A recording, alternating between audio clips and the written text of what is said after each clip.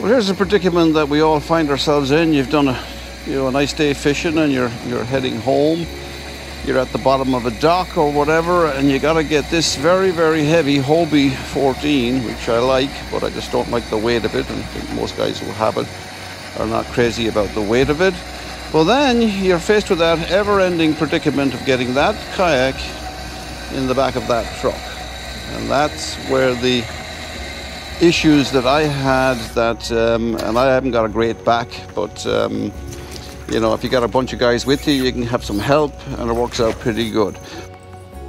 Now, before I get into how the rack is made and what it does, in my particular situation here, I have an F250. This system will work, like, you know, for any size bed. My particular bed here in this truck actually is an 8-foot bed, but if you have a 6-foot bed, it'll work just fine as well. Now, the rack system that I have in the truck is made by Magnum. I'm very happy with it, but you know, I had to make a couple of adjustments with it. The first adjustment I had to do actually is put on the winch on the top. Now, it's very easy to add the accessories. Basically, you know, they come with a little bolt here that goes down into the channel, and you know, they're pretty easy to remove them, and you know, if you wish.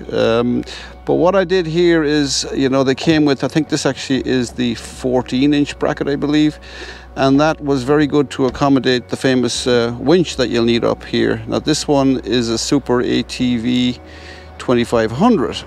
You know, a lot more power than I need, but very reliable. And you know, I have this thing over a year now, and I've had it on the old truck, and it works really, really well.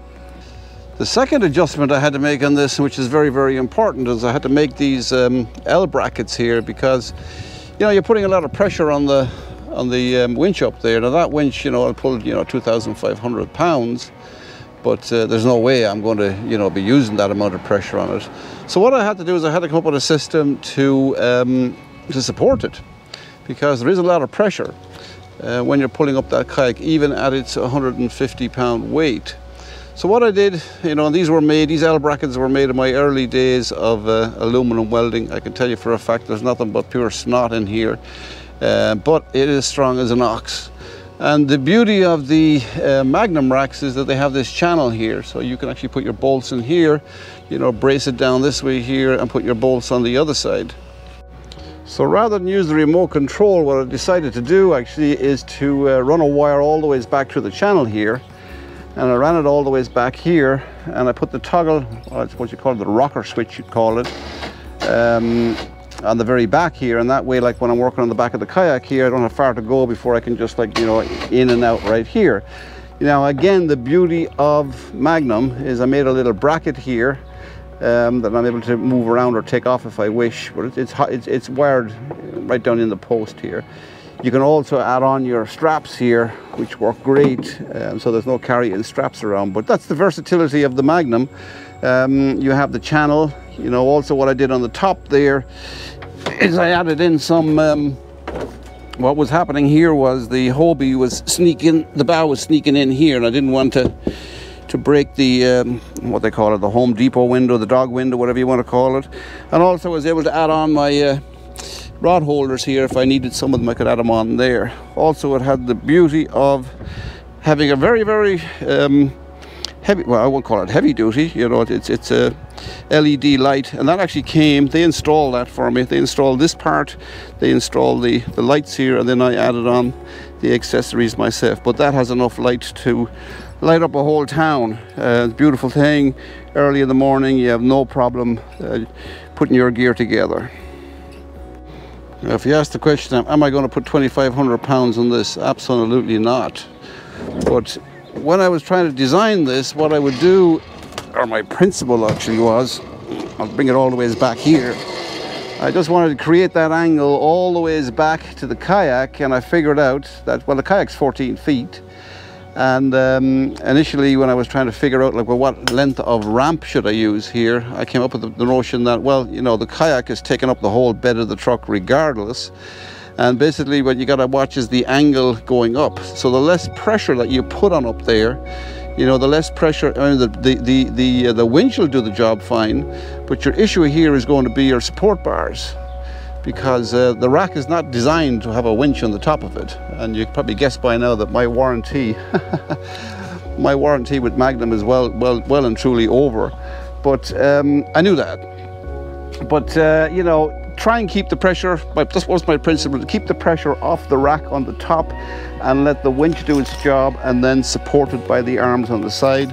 And it doesn't move, it doesn't budge. It's perfectly strong for what I wanted to do. How heavy is a Hobie? It's like 150, 160 pounds fully loaded.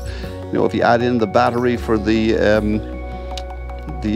motor on the front, the motor on the back, you're probably at about 180 pounds. This has no problem pulling it, but you got to be sure that the rack is well supported to do what it has to do without breaking it. So basically there's the rack, and the rack, you know, that's what I call it, the rack, and basically the rack just slides in the back of the truck. And what is it? And again, it's 2x2 aluminum. You know, I purchased all this aluminum before the Russians went crazy. But anyway, I don't know what the price of aluminum is today, but I'm pretty sure that it has increased in prices. But basically what you have is you have the Hobie Cradles, we call them. They ain't cheap, these suckers. But I contemplated actually using the rollers on this, and I could have used it and saved a few shillings, but I went all out and I put the crates on, and they've served me pretty good. Getting back to the cargo buckles, which this is what I used to tie it down. But basically I needed to create a system where I could, number one, you know, that ramp there, you know, I'm not going to slide it down the side of the kayak here, so I had to create a system where I could slide it down underneath here. And again, these are the JW Wingco. These are the bigger versions of it here, but again, it's the same principle. Press the little button here, they pop out. Press the little button and they pop in.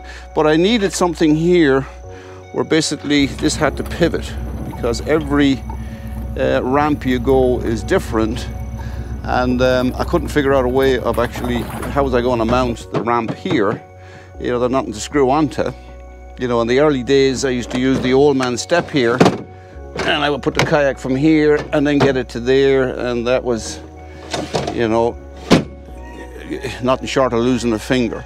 But anyway, what I'll show you now is how you slide the ramp in the back, and how you strap it down. So basically, once I get it in here, I kind of square it up as best I can.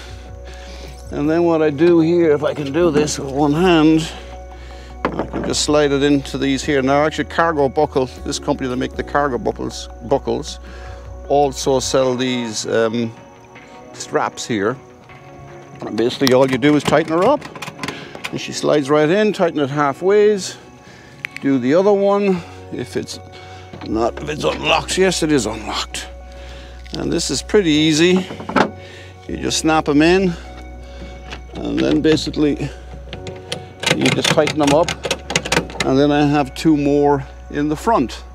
So basically this thing is locked down pretty tight, and it ain't going anywhere. So now that you have your rack in, now you can maneuver your and this is the reason, a couple of reasons for the wheels here, is that you can jerry rig it around, and then you can place the rack or the ramp right behind the truck and just leave it right up there. Sometimes you have to square up the back of it here, and once you have her squared up like that, then you're in business. So then basically what you do, you just hold her back, slide in your pin here, which one goes on this side, then you go to the other side. Okay, once you have the other side slide in, then the reason for, you know, this is you have to make this pivot, because you're going to go down different angles. Now I'm all set up here, so depending on what size of a ramp I have, this thing now will adjust up and down to whatever ramp, whatever beach. Or so basically when you get her close enough, you just hook on your strap here, and off we go. I'll keep a little tension on this to keep that rope straight. There we go. And basically now she's on her merry way. Now you can see, okay, it gets to there, that's the reason, yeah, she pops over that one.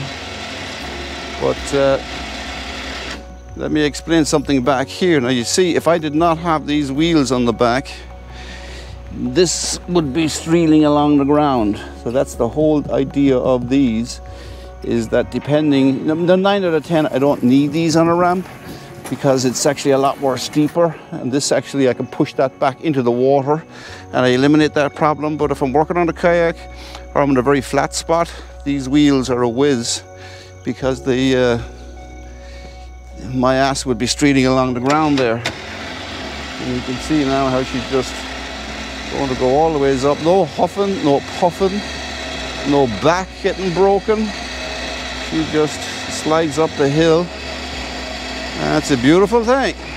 Gets to here, and she'll find her way right to the middle.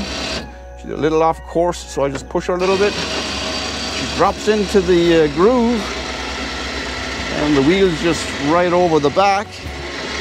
And you just keep bringing her up along, and she just makes her merry way up to the top. Now when I get to about here, she's almost there. So when it gets to that point, then I can drop her down. And she just sits in to the cradle. Then I give her a little push, and she's in, and she's all done. So at this stage now, we can slide the ramps in underneath. And you just go to the other side. Remove the pin here very easily. Put the ramp in there. And then come to the back. And all you do is slide it in underneath. And no huffing and puffing. No busting your back. A little bit of adjustment here to get her in. There we go. And we get around it here. And put the other one in. And there we go. We're all done. Now all we have to do is pull these back. Put them in the straps on the back here. Don't over tighten those. Get the other one here. Put that one in there. And there we go. We're all set. So there you have it. You know, it's a dual system. Sometimes I'll use the trailer, sometimes I'll use this. More times actually I prefer to use the rack. I call it the rack system, whatever you want to call it. And it depends where I'm going. You know, I'm in some areas. I was in a really tight spot a few weeks ago in the Bay of Fundy where, you know, a trailer was really difficult. I mean, you could have got a trailer in there, but this didn't have to worry about parking. Just pop the trailer, prop the kayak in and park very, very easily. Not worried about, you know, fitting it here, fitting there, you know how it goes. But all in all, it has served me well, and one thing I'll have to say is my back is still intact, because it would not be if I'm trying to lug that heavy Hobie into the back of this truck. So that's the main reason why I did this, to save my back and make life easy. And I don't get too many days off, and when I do, I like to enjoy them. Okie dokie, we'll see you in the next one.